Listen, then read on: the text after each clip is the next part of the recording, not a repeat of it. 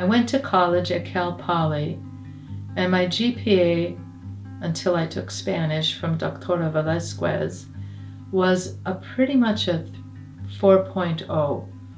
If they had counted the A pluses, it would have been over that. So 3.9, 4.0, I probably would have been Phi Beta Kappa. I took math 4 times. I never heard about the 4th class, but I was told that for the 3 math classes, the first 3, I was top of the class and top of all the sections. They wanted me to be the grader. One professor, I said, well, where's the answer key? Knowing that he had written the materials himself. He said, just use your answers as the answer key. They wanted me to become a math professor, a couple of the math professors. So I had a great time at Cal Poly. I was thankful to God every day I was there. It was a wonderful place. I studied everything from logic to economics to philosophy, writing. Absolutely loved my writing classes, great books, government. They didn't have a studio art program, so I was going for their K-8 teaching program, where you could teach through high school in a one-room schoolhouse. I took physics twice, absolutely loved physics, and had a great professor. He would wear the formula of the day on a button or on a t-shirt, and he never had to impress us with his credentials. He just wanted us to learn. Nick Brown, he was fabulous. The prices in San Luis were so high for housing.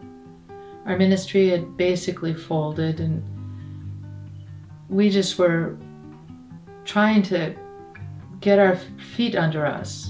Philip was going to put me through college first, and then I was going to help him finish his degree in time for the kids to go to college.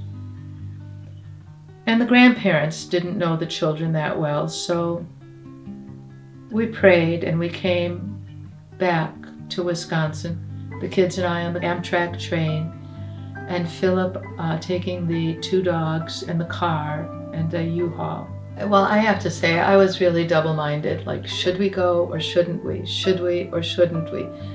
Frankly, California is a hard place to leave, at least it was in those days. People were not pouring out of California.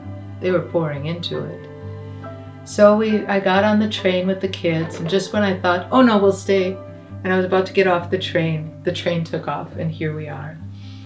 We got to Appleton. We had the university, Lawrence University, the dean of students remembered me, Chuck Lauder, from when I was an 18-year-old girl just finding out I was going to live. And he was just great. He and his wife were wonderful. The dean of residential life found a Lawrence house for us to rent. We had everything except a job. So Philip took just any job he could. He worked on chimneys here. He's a classical guitarist, and it'd be like 20 below and the boss sitting in his pickup and Phil working on the chimney, you know. And he got frostbite in his hands at one point. We had $8,000 income the first year we moved back here in '89. I did very well at Lawrence, but I was like the older student. I remember one young student saying, "Oh, are you the older student?" I was what, 30 something, 33, but it was unheard of. I was able to take the studio art major. I wound up learning a lot, honing my skills. I studied sculpture and drawing and painting. I didn't take painting classes, but I was able to incorporate things like that. And printmaking, photography.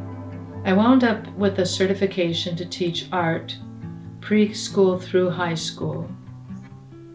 And I was able to teach English 6th grade through high school.